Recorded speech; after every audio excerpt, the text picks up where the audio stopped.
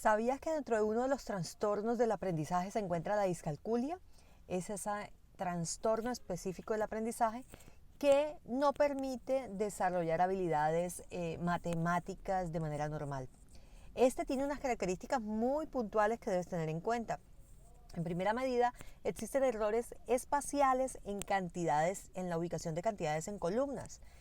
Si también tienen el direccionamiento de procedimientos no es acatado en debida forma.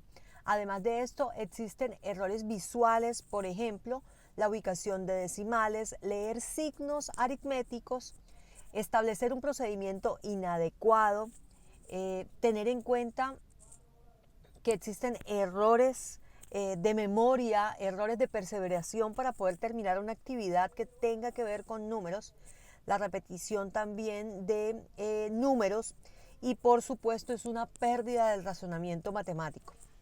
Existen pruebas psicométricas que son estandarizadas, que son aplicadas por neuropediatras o psicólogos con esta especialidad, en donde miran en qué nivel se encuentra, de acuerdo a los tres tipos de discalculia. Esta se manifiesta en la actividad académica, pero desde los padres se puede empezar a tener en cuenta este trastorno del aprendizaje. Este trastorno del aprendizaje tiene condiciones neurobiológicas, por lo tanto, deben ser acompañado para poder mejorarlo, pero no tiene una cura porque estos trastornos son neurobiológicos. Además de esto, entonces, existen tres tipos de discalculia. Uno de ellos es el leve, el cual le permite el aprendizaje cuando el aprendizaje no es suficientemente grave, pero que además, a pesar del acompañamiento individual, puede mejorar en gran medida para poder recibir su formación académica de manera adecuada. El moderado, por el contrario, tiene dificultades notables que no le permiten tener las competencias necesarias, pero también requiere una enseñanza personalizada, un esfuerzo un poco más dedicado para poder mejorar esa etapa escolar.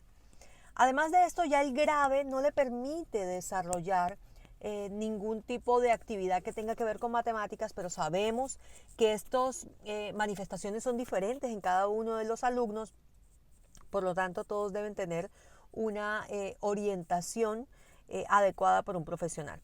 Entonces se manifiestan de forma diferente y a la vez no permite relacionar conceptos matemáticos como la diferencia entre ver un más y un menos, como la diferencia de saber la ubicación espacial o el valor posicional del 5, el 50 y el 500 y no logran bajo la misma referencia ubicarse.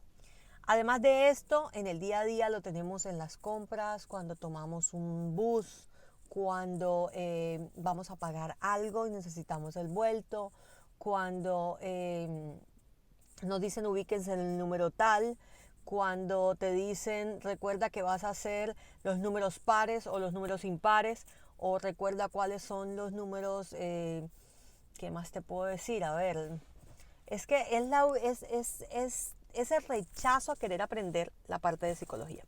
Entonces, la mayoría no tienen diagnóstico. En gran cantidad es un tema de discalculia que muchos en adultos es que están empezando a relacionar.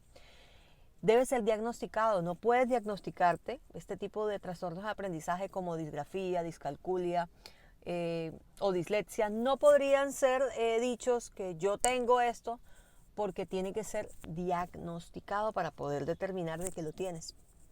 Entonces, la mejor etapa para poder identificarlo corresponde de los 6 a los 8 años.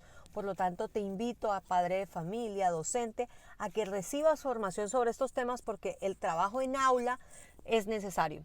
Ahí hay tres componentes que se deben tener en cuenta. Padre de familia, el trabajo en casa.